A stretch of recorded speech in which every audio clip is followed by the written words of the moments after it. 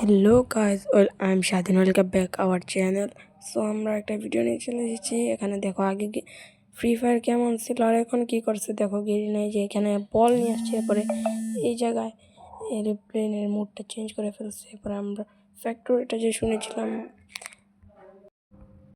নতুন ফ্যাক্টরি নিয়ে চলে এসেছে। যে ফুটবল মাঠটার কথা শুনেছিলাম, ফুটবল মাঠটা চলে এসেছে।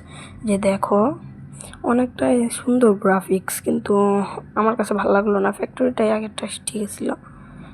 যে দেখো অ্যানিমাল আনতেছে, এই জায়গায় দেখো, এই জায়গায় থাকলে ওই জায়গায় গেলে বলের ওই যে এই জায়গায় বল হওয়া যায়।